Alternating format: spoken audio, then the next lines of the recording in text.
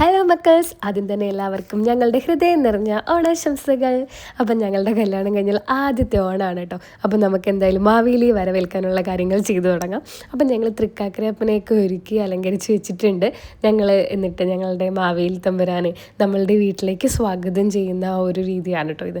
അപ്പം എന്തായാലും ഈ ഒരു ആദ്യത്തെ ഞങ്ങളുടെ ഈ ഒരു ഓണം ഞങ്ങൾക്ക് നല്ല മെമ്മറബിൾ ആയിരിക്കണമെന്ന് ഞങ്ങൾക്ക് ഭയങ്കര ആഗ്രഹം ഉണ്ടായിരുന്നു കേട്ടോ.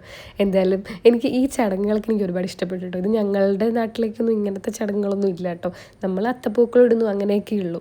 അപ്പോൾ അത് കഴിഞ്ഞ് ഞങ്ങൾ തൃക്കാക്കര അമ്പലത്തിൽ പോയതാണ്. അപ്പോൾ അമ്മയും അച്ഛനും ഞാനും ചേട്ടനും ഒക്കെ ഉണ്ടായിരുന്നു.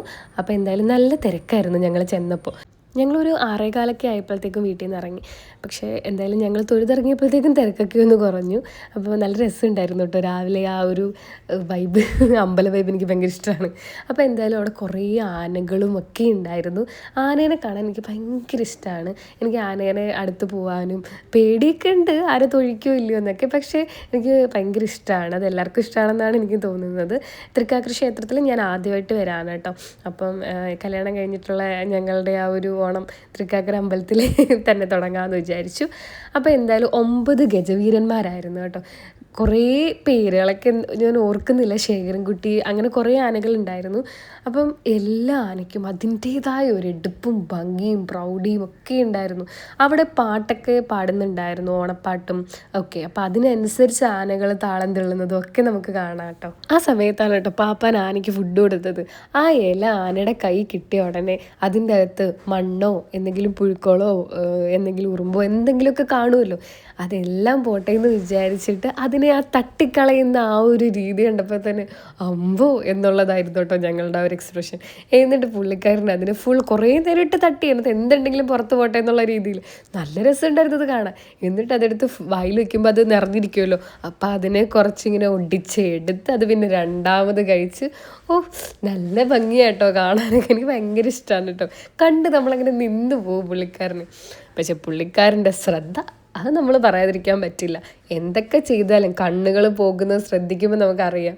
അത് കഴിഞ്ഞ് അടുത്ത ഓരോ ആനകൾ ഇങ്ങനെ വന്നുകൊണ്ടിരിക്കുകയാണ് കേട്ടോ. 9 പേരാണ് മൊത്തത്തിൽ. അപ്പോൾ അതിൽ ഓരോരുത്തരും ഇങ്ങനെ വന്നുകൊണ്ടിരിക്കുകയാണ്. ഇതാണ് കേട്ടോ മഹാബലിയുടെ ആസ്ഥാനം. നല്ല ഭംഗിയുണ്ടായിരുന്നു കേട്ടോ അവിടെ അലങ്കരിച്ച് വെച്ചേക്കുന്നതൊക്കെ കാണാനായിട്ട്. ദീപങ്ങളൊക്കെ തെളിയിച്ചു. ആ ഒരു പൂക്കൾ കൊണ്ടുള്ള ആ ഒരു അലങ്കാരങ്ങൾ തന്നെ നല്ല ഭംഗിയുണ്ടായിരുന്നു. കളർ കോമ്പിനേഷൻസും ഒക്കെ എന്തൊരു ഭയങ്കര ഒരു ഭംഗിയുണ്ടായിരുന്നു. അത് കഴിഞ്ഞൊരു പ്രദക്ഷിണം പോലെ ഉണ്ടായിരുന്നു.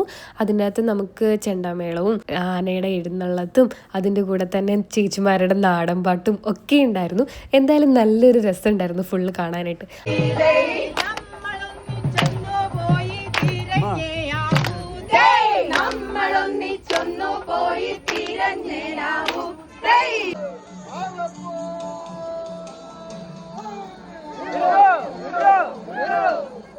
അതിനിടയ്ക്കാണ് ഞങ്ങൾ ആ കുഞ്ഞിത്തല കണ്ടുപിടിച്ചത് ഗൈസ്.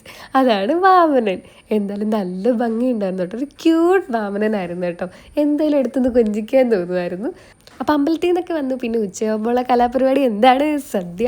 അങ്ങനെ ഞങ്ങൾ സദ്യയിലേക്ക് കടന്നു ഗൈസ്. അപ്പോൾ തിരുവോണത്തിന് ഞങ്ങൾ ചേട്ടൻ്റെ വീട്ടിലായിരുന്നു. പക്ഷേ ഉത്രാടത്തിന് ഞാൻ എൻ്റെ വീട്ടിലായിരുന്നു കേട്ടോ. ഞാനും ചേട്ടനും പോയിട്ടുണ്ടായിരുന്നു വീട്ടിൽ. അവിടെയായിരുന്നു ഞങ്ങൾക്ക് സദ്യയും ഞങ്ങളുടെ ഓണാഘോഷമൊക്കെ. ഉത്രാടത്തിന് അവിടെ ആയിരുന്നു കേട്ടോ. ഇന്നത്തെ വീഡിയോ ഇത്രയേ ഉള്ളൂ. ചേട്ടാ ബൈ ബൈ.